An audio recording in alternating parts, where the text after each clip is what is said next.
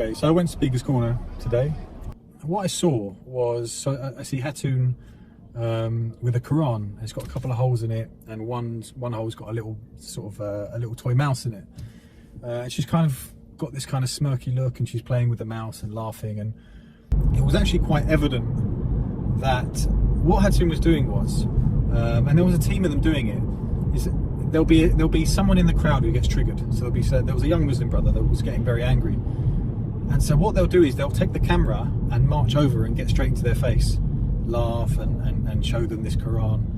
And then they would go to the next person. So what they actually are doing is looking for the people that are kind of the weakest ones, that are maybe not able to control themselves. Now, to me, not only is this putting herself in danger, this is kind of and look, we know why it's happening. It's kind of looking for something ugly to happen, and I'm sure the cameras will just show aggressive Muslims, or aggressive people reacting, when that actually wasn't the case. There definitely were Muslims getting triggered in the crowd, but it's the them going up to them and trying to get them to react, which is, in my eyes, very bad. And so there you have it. This is the state of the nation today. You've got Tommy Robinson's mate going around with a camera crew in a park with a toy mouse in holes in a book that's purported to be the Muslim holy book, grinning away in an effort to get a rise out of people. Let me tell you something right now, for 100% certain, she'd never do that in Stamford Hill around the Orthodox community with respects to the Talmud. When the Zio-Sivnak crew tell you that they don't have free speech vis-a-vis Muslims and Islam, the fact is, folks like Golding, Mr. Golding, Paul Golding, Tommy Robinson and Anne-Marie Waters are all earning a wealthy living out of saying whatever they want about Muslims and Islam. Compare that to Wiley and Alison Shabloz. They spoke about a group of people, not Muslims, a group of people that belong to Ezra Levant's tribe. They were shut down immediately. Alison Shabloz was imprisoned, in fact. There's folks out there that have been put into prison for denying something that happened in the 1940s. So they're denying an aspect of history. But let's get this straight. You can deny the existence of God. You can deny the moon landings. You can deny all sorts of episodes in established history, such as the Crusades, Hiroshima, the troubles around the occupation of the northern part of Ireland, and the Rwanda conflict. You can deny all that. That's all fine. But if you deny something that happened to Ezra Levant's people in the 1940s, you get put into prison. Now you tell me what aspect of Muslim history you can deny and end up in prison for. Yeah, and the Muslim spokespeople out there, they really need to start calling Zio stooges out, and stooges like this one out. These folks literally contrive propaganda pieces of irate Muslims, most of them probably incoherent and unsophisticated sounding, no doubt, as that's what the propagandists want. The Zio propagandists want that type of stuff so they can beam it across the internet around the world for their Zio agenda. So whenever there's foreign policy in the Middle East, the folks will side with one particular nation that begins with I, and that's not Iran, nor is it Iraq, as opposed to the Muslim nations. So that's what it's all about when it comes to a lot of the Zio propaganda material. Let's get this clear, this Hatun Tash person, she's definitely getting paid for all this. We live in a day and age of nihilism, unchecked individualism, where the collective bonds are systematically broken in an age of rampant materialism and consumerism. Yet you've got a representative of the church here, which Hatun Tash is allegedly a representative of the church. Let's just go with that. Now she's hanging about in a park around Muslim blokes with a toy mouse in holes in a purported copy of the Muslim holy book. This is insane. There were some clowns in Sweden recently, this weekend I believe. They were burning the Muslim book too. No doubt that was part of a grift and or a Zio-Sivnak agenda. Now, some folks lacking discernment will say, oh, well, she's doing it to try and get Muslims to leave the Muslim faith. Let me tell you something. The only apostasy that the zeitgeist and the liberal overlords care about is that of somebody renouncing individualism in this age of materialism, an act of quote-unquote secular apostasy. Nobody cares if somebody leaves a religion. When I say nobody cares, I mean the establishment. They don't care. The establishment and the liberal overlords would only really care if folks en masse started leaving this rampant individualism. I bet you all, the overlords, the liberal overlords, they probably start applauding if somebody leaves a faith, an established faith, a recognized faith like Christianity or Islam or Hinduism or Sikhism. Mr. Robinson actually did the opposite though. He left Christianity for liberalism. I saw you wriggle, and I've never seen you wriggle before. What did I wriggle of? I know. Yeah, When he was praying for me. he kept pinning you down to commit that you were a Christian, and you were wriggling. Now, I think you should be, and I think you need a heart-to-heart with Danny. But my question is, why were you wriggling? Because he's an atheist. Yeah, I'm an atheist. I was brought up and raised as a Catholic. And I'll be honest, I don't believe a word of Catholicism. And I don't. Yes. But do I believe? Unfortunately, no. And that's Her mate, Mr. Robinson, does not even believe what she's supposedly preaching. So it just seems odd that she's more concerned about her propaganda pieces about Muslims rather than getting Mr. Robinson, her mate, back into the church. In addition, is this woman not going to bother talking about the 200,000 terminations of pregnancies each year in the UK?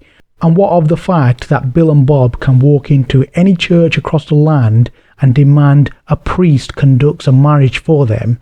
And what about this hookup culture that we're all in right now, the hookup culture? In fact, we don't even live in the hookup culture now. We've gone beyond that. We live in a post-hookup culture. Folks aren't even looking for physical intimacy nowadays. It's all done virtually on new platforms such as OnlyFans, where simps pay for women to pretend to be their intimate friends or partners, girlfriends. The destruction of marriage and the nuclear family is complete, and it's replete with all the degeneracy that comes with it. But this representative of the church, Hatun, is there too busy getting her propaganda pieces for a grift about Muslims and perhaps even the Zio Sivna agenda. It says it all. I guarantee you, and you know this is true. Even you Zio Sivnats, you know you can't argue with this. If Muslims were behind the 200,000 abortions each year and the breakdown of the nuclear family, as well as a message sent out to young British women who are not in work for them to turn to taking their clothes off for pathetic simps online, I guarantee you, if Muslims were behind all that, this lot would have been having a field day talking about it day and night. But because Muslims aren't behind all this, they're rather quiet. In fact, Muslims are amongst a few folks out there who are actively opposing it and standing against all that stuff. The question here is, which group or which groups of people are behind the displacement of the collective with the individual? Now this lady, Hatun, I wouldn't be surprised if she was an asylum seeker. I've heard that she's from Turkey. I mean, she could be from Syria, for all we know, we don't know. But the point here is, we would not be surprised if she's one of those grifters who just converted to the church to get free stuff and get a stay in the UK. It's a well-known con where the church facilitate refugees and asylum applicants with their bogus conversions. Hearts of Oak and the Zio Sivnats will not be talking about the church's role in assisting the asylum applicants with bogus conversion stories. So we would not be surprised if this person's earning more than the average Tommy fan. We would not be surprised if they've been given free accommodation and other free stuff. It's a grift in my opinion. There was another guy called Bob the Builder yapping away at an FNAT talking about something called muscular Christianity. Yeah, right, the same muscular Christianity that has led to the breakdown of the nuclear family and the fact that nobody cares about marriage or even the unborn who are being terminated in the hundreds each day. Is that the muscular Christianity you're talking about? And what type of name is this Bob the Builder anyway? It sounds cartoonish, clownish. Somebody should have put to him in that discussion that the vast majority of European Christians in the 19th century were F-nuts. That's the liberal cabal behind the reason why there's only 2 old people and a Zimmer frame in a church each Sunday. Guess there's no grift and propaganda value in targeting liberals. So much for quote-unquote muscular Christianity. More like bullies targeting a group that society allows discrimination against.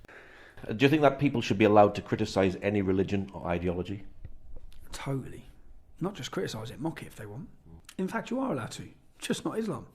You're allowed to criticise and mock whatever you want. You're allowed to criticise Christianity, mock Jesus. You're just not allowed to with Islam. It's given a special privilege, protected status by a liberal woke establishment.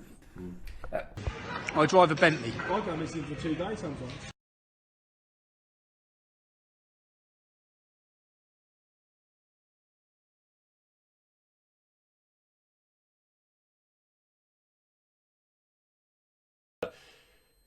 Yes, racism is discouraged by the system, but there's always a certain level of racism that's allowed, and that's if you're being racist against an enemy of Israel or an enemy of globalism. So you can go on a news show as Katie Hopkins did and say that you want to genocide the Palestinians, and you won't actually face a big backlash for that. That didn't get her deplatformed.